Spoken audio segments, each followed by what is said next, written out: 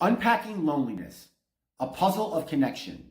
The opening scene, the loneliness puzzle.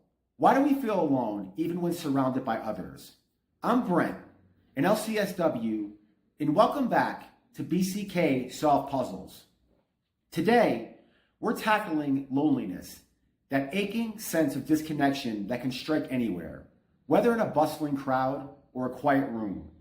From ancient tribal instincts to the pull of modern screens, we'll explore why loneliness happens, how it shapes our minds, and 3 CBT, cognitive behavioral therapy-based tools to navigate it.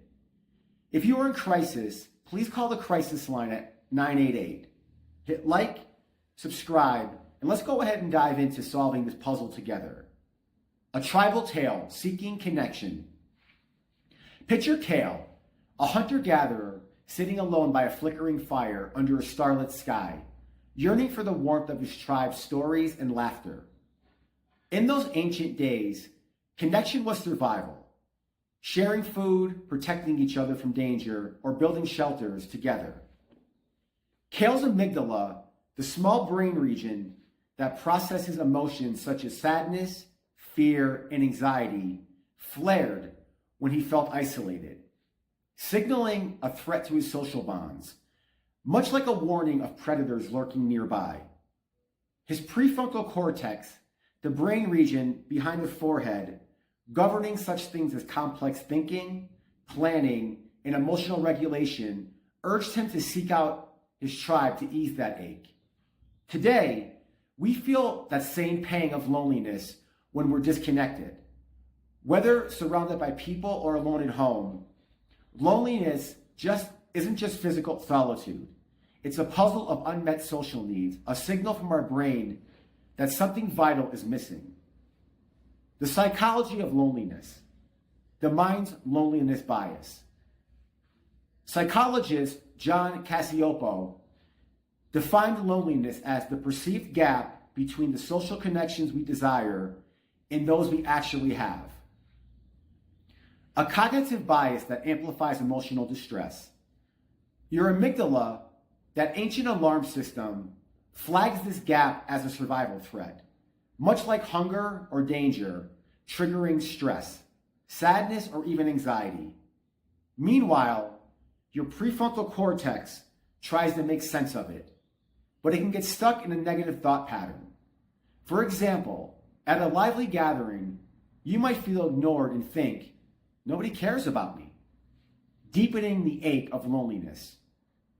Aaron Beck's cognitive behavioral therapy, or CBT, which is a structured, evidence-based approach to mental health that helps reframe negative thought patterns to improve emotions as well as behaviors, reveals how these thoughts distort reality, making us feel more isolated than we are. Loneliness can spiral, increasing risks such as stress or depression, as Cacioppo research shows. Understanding this interplay between your amygdala's emotional signals and your prefrontal cortex's reasoning is key to solving this puzzle. Loneliness in culture, the isolation trap. Modern culture often fuels loneliness in ways we don't always notice.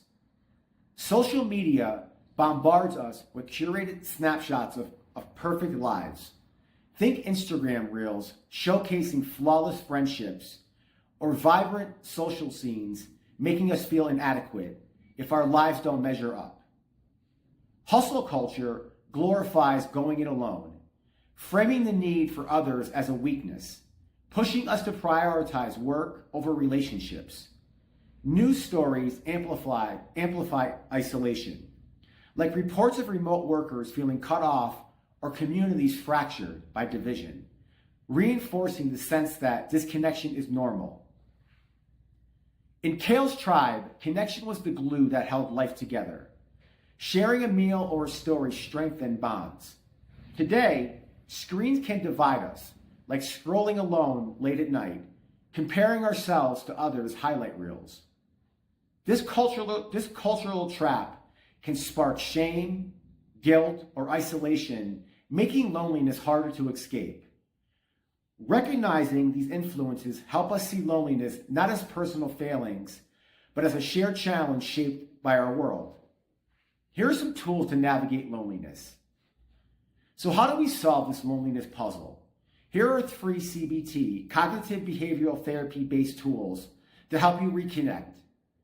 Reframe with CBT. Catch negative thoughts like, I'm unlovable or nobody cares, and challenge them. Shift to thoughts like, I can build connections or people value me. Try journaling one positive social moment each day, like a kind word from a colleague or a smile from a stranger, as my clients often do, to spark hope and rewire your mindset. Reach out. Take a small intentional step to connect. Send a quick text or call a friend for a short chat, even if it's just to share a laugh. These micro moments of connection signal your amygdala that you're not alone, helping to ease that sense of threat. Practice mindfulness. When loneliness hits, pause. Breathe deeply for 10 seconds, noticing 5 things around you: sights, sounds, or textures. This calms your amygdala, grounds your mind, and opens space for clarity, making it easier to take steps towards connection.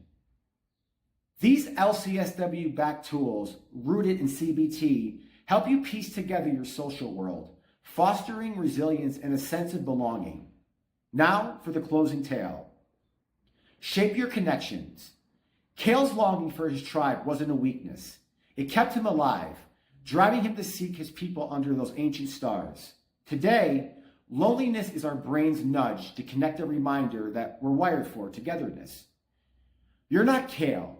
You have the power to shape your connections, one small step at a time. Have you ever felt this puzzle of loneliness? If so, go ahead and share in the comments below. Hit like, share this video, subscribe for more mind-sharpening insights, and hit the bell for updates. And again, if you're in crisis, please call the Crisis Line at 988. And next, we'll tackle another brain puzzle. So stay tuned, stay connected, stay clear, and I'll see you soon.